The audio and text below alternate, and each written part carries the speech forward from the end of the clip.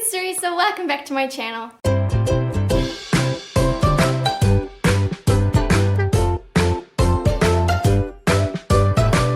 So today I'm going to be doing a book review for the second era Mistborn series because you guys have said that you wanted to see more like individual book reviews, and I really do think I have quite a few things to say on these three books. And I thought it's best to consolidate all of that in its own video before my wrap-up gets way too long again, as we've seen in the past. I have already talked a little bit about specifically the second and the third book in this series on my reading vlog, because that week I was reading those two books, so obviously I was discussing them a little bit. But here I just kind of want to give you more of like, as I said, detailed thoughts on each individual book, obviously without spoilers, so don't worry. Definitely keep watching even if you haven't read the books yet, and yeah, let's just jump right into it. So the first thing of note, if you have read the first Mistborn series, is that these three books are set 300 years after the events of the Well of Ascension. No, Hero of Ages, sorry, that's the third book. After Hero of Ages. There's two things I really like about that.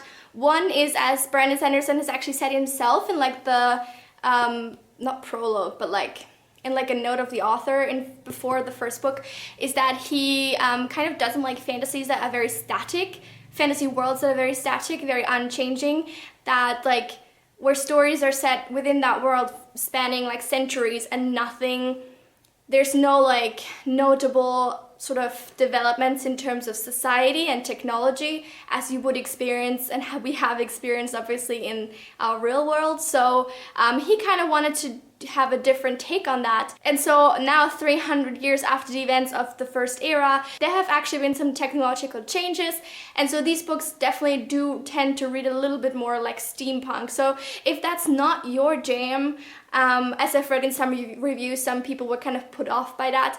I personally don't think that it's too intrusive. I don't think it's sort of the main focus of the books, but it definitely plays a part. So I think that you just kind of have to be aware of that. I personally think it's really cool because it definitely makes it seem more realistic. Like, of course, over the course of 300 years, something or other is going to have changed. Like, there's gonna be like experiments or like new inventions happening, so it makes sense. The second thing that I think personally is really cool in these books is that the characters that we have grown to know and love in the first era have reappeared in a sense. They have basically become gods to the people in these books. So basically they have like different religions have spawned around each individual, not every single one, but like around the few individual heroes from the first series, which I think is really cool. And again, kind of makes sense if you look at the awesome things that they did in the first three books. The second new thing about these books is obviously the characters, because they can be alive 300 years in the future and simultaneously be turned into gods. So we have a completely new set of characters. The main character is Wixilium Ladrian. He has grown up in the city of Elendil, which is like the biggest city there, but has worked for years as a lawkeeper in the Roughs, which is like an area outside of kind of all civilization, where there's not much police, not much government, and there's kind of like a wild western feel to it. But then his uncle passes away and he inherits his like house and his title and stuff, so he has to return to the city to take care of the house that is kind of like going bankrupt, and he's kind of thrown into a lot of other like political things that don't really interest him, because he would much rather be sort of, you know, a lone ranger type person and sort of put the criminals away but not really care about like diplomacy or politics or anything like that. Another thing I kind of forgot to mention is that none of these characters are actually Mistborn. Mistborns have sort of died out, at least like there's no single Mistborn in all of these books. So I don't know, they've just become way more rare at least. But Wixilium is twinborn is what it's called, so he has a allomantic ability and a ferrochemical ability, which has happened because over the years, like the people that had the allomantic abilities and the ferrochemical, like the terrace people, their like peoples kind of merge obviously. as tends to happen. And so some people have inherited both powers. And he is a coin shot at one time, which means that he can push on steel. Is it steel? I think. He also has the ferrochemical ability of storing his weight in metal mines. The second main character is Wayne. He is his sort of best friend slash sidekick, and he's really awesome. He's definitely my favorite character, I think. Correct me if I'm wrong, but I'm pretty sure Wayne is not twin-born. Why can I not remember this right now? I don't think he's twin-born. I think he just has a ferrochemical ability, and his is to store his health. So when he kind of spends a long time being sick, he then can like regenerate any wounds that he might suffer. The next character is Steris. She is a lady living in Elendil, and Wax kind of like thinks about possibly marrying her for like political gain to both houses. And then we also have Marasi, which is like her cousin. They meet at the beginning of the first book and things happen as they tend to do in the Mistborn series, and it kind of goes from there. So now let's get into my actual review. So what I really love about these books is kind of the further development, the expansion of this magic system. So over the years, since the third Mistborn book, kind of new metals and alloys and things like that have been discovered, as I've said before, it makes sense for this to kind of develop, for there to be new inventions and things like that. So it's so interesting. There's like new abilities that people can have. The twin-born thing is obviously new and stuff like that. So it doesn't just seem like a, you know, an unnecessary, I guess, extension of the books just to generate more revenue for the author. It honestly seems like a genuine and authentic continuation of the series and an expansion of the world, which I think literally makes for the best sequels. Another thing that's obviously really vital to these books are the characters. That's, I think, the reason why most people fell in love with the first Mistborn books, is because the characters are so unique, so special, and just feel really real. And obviously when there's like a completely new set of characters, it's always a worry that they might not kind of live up to the original cast. And for me, it definitely did take a little bit of time to get used to them and to kind of acquaint myself with them, but after that, I was completely in love with all of them. They are very unique. They are very funny. They have completely different personalities, but they still work really well together. Everybody is able to bring something else to the table, something unique to the table, and it just makes for a great overall cast of characters, which I think is really important for these books to be enjoyable. My favorite character definitely is Wayne. He's really funny, he's a kleptomaniac, and he keeps stealing stuff, and he just like has such a wit to him and a humorous side to him, and he's definitely kind of more like the comic relief, but not in an obnoxious, like trying too hard kind of way.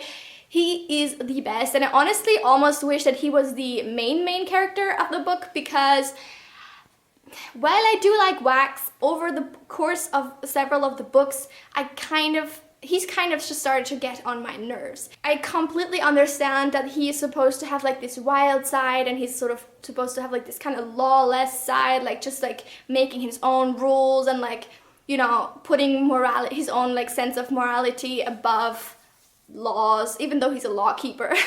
So he often causes more problems than he solves, as other characters in the books like remark upon. Like they're always like, oh, him again, he just like ruins things. The funny thing about these books is that there's sometimes like newspaper articles at the end of a chapter that you can read, like just like one page of a newspaper. And I think it was at some point in the first book where there was like an article on people complaining about like thoughtless coin shots that kept ruining streets because they were jumping around at night, like pushing on stuff, and it just like breaks everything, which you never really think about that, even though it constantly happens in books. Like there's gonna be like a chase through the city, and both parties, like the pursuer and the pursued, like jump off stuff and onto things and like possibly ruin stuff and crash into like cars and stop traffic and stuff like that, and like that's never mentioned in most books. So I thought it was really funny that there was like just a small nod to that like obviously most of the, you know,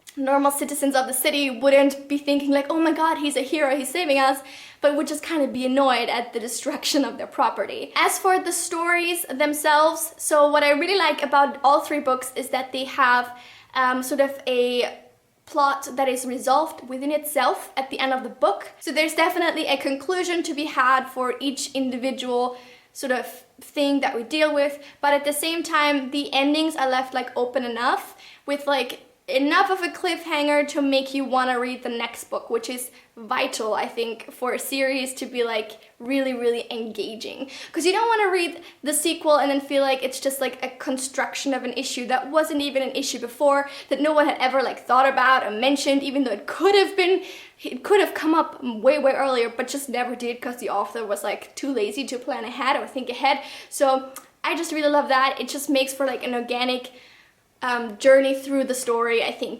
and it works really well. As you can see, these books are definitely a lot shorter than the original Mistborn books. They're like a third or half maybe of the size of each of them, so the stories themselves are never quite as epic in scope.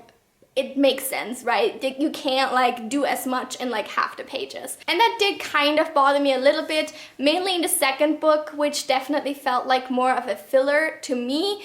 I didn't feel as invested. I didn't feel like the stakes were as high as I was used to, which the first book did a little bit better, and the third book definitely blew out of the water. If I were to rate them like in order of how much I enjoyed them, my least favorite was definitely Shadows of Self, the second one. As I said, I think it's kind of like a bridge sequel, I guess, if that makes sense. My second favorite was Alloy of the Law, the first book, because it kind of reawakened my love for this world, and it got me introduced to the characters and hooked on the characters.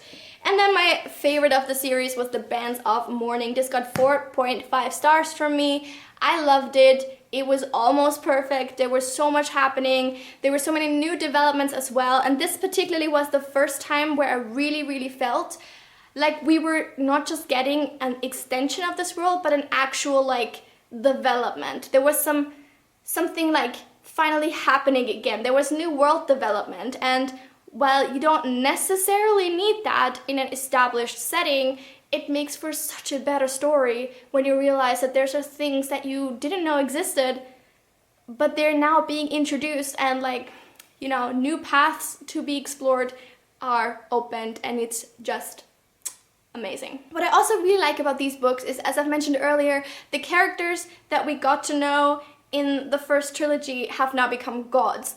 And because they used to be humans, like they used to be real people, there's still this sort of tangible connection to them. Because the gods are sort of more tangible and more real than maybe in other books where they're kind of just based on belief and not necessarily on like actual people. It opened up the door for so many sort of interesting and relevant, even to us, discussions to be had. So for example, Wax used to be like really in tune, I guess, with God, but then something happened and he finds out that God kind of betrayed him. I hope this is not too much of a spoiler, but I don't think so, because there's so much more to it, obviously. And then he kind of confronts God and he asks all of these questions that are on probably all of our minds, such as, why, if you have like all of the power, why do you not prevent bad things from happening to us?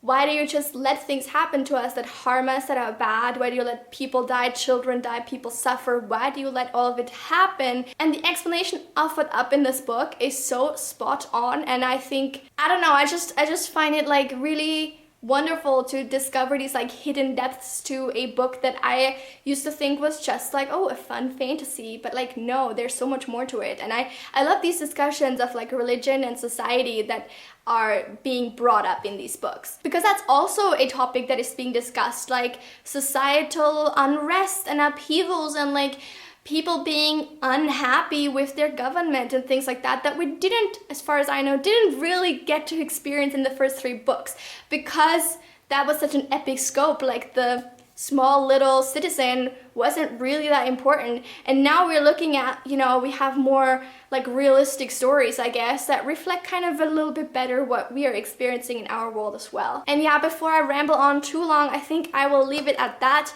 I hope you guys enjoyed this video. I hope my thoughts and feelings weren't too all over the place. I hope you guys enjoyed this video. I hope you found it helpful, and let me tell you, if you are worried, because many people have told me that they are kind of worried about picking these up because they're afraid of ruining their positive memories of the original series, I think you should still give it a shot, and especially if you're struggling with the second book, or like the fifth Mistborn book I should say, I recommend just pushing through and definitely pick up the last one, The Bands of Mourning. It's not the final one, the final metal I think will be coming out hopefully next year, which should be the conclusion to the series. But definitely don't give up on a series. I recommend at least checking it out, giving it a go. And if you like the characters in the first book, then I think that that's going to be enough to get you through the parts that you might not enjoy as much, at least if you're like me and like have similar issues with books and stuff like that. And that is it. Thank you so much for watching. Please leave in the comments down below if you've read these books and what you thought of them and how you think they compare to the original Mistborn. Give this video a like if you liked it, and subscribe to my channel for new videos every Tuesday and Friday, and I will see you then. Have a lovely week. Bye!